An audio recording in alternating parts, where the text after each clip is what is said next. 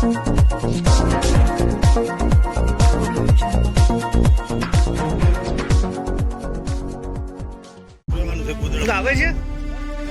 છે લારી? અરે લારી ક્યાં, ગાડી.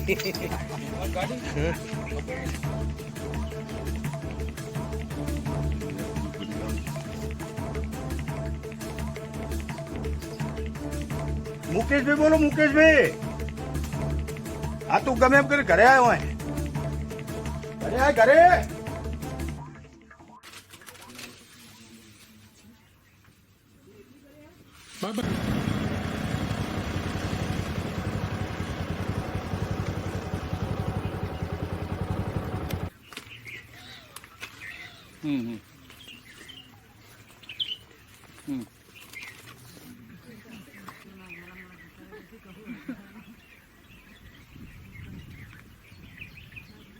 આવડે સાઉન્ડ શો કરજે.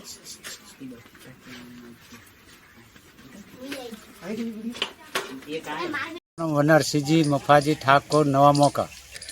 તમારે વીજ કનેક્શન છે ખરી? ના, નથી. તો વીજ બિલ આવે છે કેવી રીતના? એમને માયા જાય છે, એમને હું ભરે જઉં છું. કેટલા વર્ષોથી આવે? લગભગ 15 વર્ષથી આવે છે. તો તમે રજૂઆત કરી કશે? રજૂઆત તો ઘણા સમય હું જઉં એટલી ફેરા રજૂઆત કરું છું. પછી આ સેલું બિલ ભરવા ગયો તો તે છતાંય મારી જોડે પૈસા નહોતા. ઘરના દાગીનો ગીરવે મેલી અને 100 રૂપિયા બિલ ભરીને આવ્યો છું. હાલ અત્યારે લાઇટ નથી તો તકલીફો કઈ ભોગવી રહ્યા છો? જબરજસ્ત તકલીફ છે. મચ્છરની તકલીફ એટલી, પછી જો જીવજંતુની બીક એટલી લાગે, પછી કોઈ ખાવામાં કોઈ ઝેરી જનાવર પડી જાય તો એની પણ બીક લાગે. તમે ઘરના સભ્યોને કોઈ જાણ ના કરી કે ભાઈ મને મદદ કરે આ બાબતે? કોઈ કીધું નથી? કોઈને મેં મદદનું કોઈને કીધું જ નથી. તો લાઇટ બિલ ભરે ગયા હતા? તોય ભરે જ. આટલી ઈમાનદારી કહેવાય? આટલી. હારીના નવા માકા ગામનો જે કિસ્સો સામે આવ્યો છે તેની હકીકત શું છે? મારું નામ એડી પટેલ, નાયબ ઇજનેર હારી સબ ડિવિઝનમાં છું. નવા મક્કા ગામે જે પાર્ટીને ત્યાં મીટર લાગેલું હતું એ 2020માં કનેક્શનની માગણી કરી હતી જે તે વખતે. અને જે તે વખતે મીટર ઇસ્યુ કર્યું એ વખતે ઘરનું બાંધકામ થયેલું ન હતું. અને આજની તારીખમાં બી અમે જોવા સ્થળ વેરિફિકેશન કર્યું તો બી ઘરનું બાંધકામ અધૂરું છે. એટલે જે તે વખતે મીટર લગાવેલ ન હતું અને મિનિમમ બિલ ચાલુ કર્યું હતું. કેવી રીતના મિનિમમ બિલ આવે મીટર વગર? મિનિમમ બિલ મીટર ના લાગે, મીટર નથી લાગેલું સ્થળ ઉપર એટલે મિનિમમ બિલ ચાલુ થઈ જાય. મીટર જ નથી? મીટર બાંધકામ ન હોવાથી પરત નથી લગાવ્યું એના લીધે. કોની ભૂલ? એટલે અરજદારે બાંધકામ પહેલાં કંપનીના નિયમ મુજબ અરજદાર પહેલાં ઘરનું બાંધકામ પૂરું કરે ત્યારે જ એમ કે માગણી કરી શકે છે અને ત્યારે જ અમે મીટર લગાવવાની કંપનીમાં નિયમ હોય છે. એ પ્રમાણે જ અમે મીટર પછી બાંધકામ પૂરું થાય પછી જ અમે લગાવીએ છીએ. તો યુજીવીસીનો નિયમ તો એવો પણ હોય છે સાહેબ કે મીટર લાગ્યા પછી જ તમારું બિલ ચાલુ થતું હોય છે. અહીંયા મીટર જ નથી તેમ છતાં બિલ 5 વર્ષથી લેવામાં આવે છે. મકાનનું બાંધકામ અધૂરું છે એટલે અમે જે તે વખતે લગાવેલ નથી મીટર.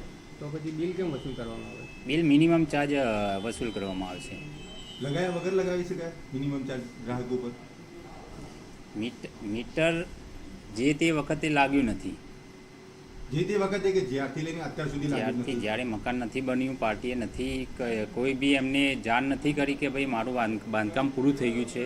એ પૂરું બાંધકામની વિગત આપે કે બાંધકામ પૂરું થઈ ગયું છે પછી અમે મીટરની કાર્યવાહી લગાવવાની કાર્યવાહી કરીશું. તમે લગાવવા ગયા હતા? લગાવવા ગયા હતા એ વખતે મીટરનું ઘરનું બાંધકામ થયેલું ન હતું. યુજીવીસીએલ દ્વારા જે બિલ આપવામાં આવે છે એ બિલ ઉપર સ્પષ્ટ લખવામાં આવેલું છે કે આ મકાનની અંદર બિલ નથી, તેમ છતાંય પણ મિનિમમ ચાર્જ વસૂલવામાં આવે. કયા નિયમના આધારે વસૂલ કરવામાં આવે? જે તે વખત મીટર લગાવવા ગયા હતા પણ ઘરનું બાંધકામ અધૂરું હતું, પૂરેપૂરું થયેલું નથી. એના લીધે મીટર પરત લાવ્યા હતા અને ફક્ત મિનિમમ બિલ આપવામાં આવે છે. કેટલા વર્ષથી બિલ ભરે છે ગ્રાહકના રેકોર્ડ પ્રમાણે લગભગ 2005 વર્ષથી જ ભરે છે. હવે શું કાર્યવાહી કરવામાં આવશે? એને અરજી પણ આપી છે રિફંડ માટેની. હવે જોઈ લઈએ એનું સ્તર પરનું વેરિફિકેશન કરી દઈએ મકાનનું બાંધકામ થયેલું છે કે નથી એ વેરિફિકેશન કરી દઈએ. જે રીડર જે હતા મીટર ચેક કરતા હતા એમને આપને કોઈ જણાવ્યું હતું? ના, એવો લેખિત રિપોર્ટ કોઈ આવ્યો નથી.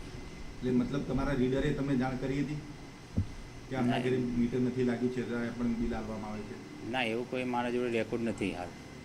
અરજી આપવામાં આવી? હું લગભગ 1.5 વર્ષથી અહીંયા છું, પણ એના પહેલાં આપ્યું હોય તો ખ્યાલ નથી, પણ મને અત્યારે મારા આવ્યા પછી નથી આપેલું કોઈ.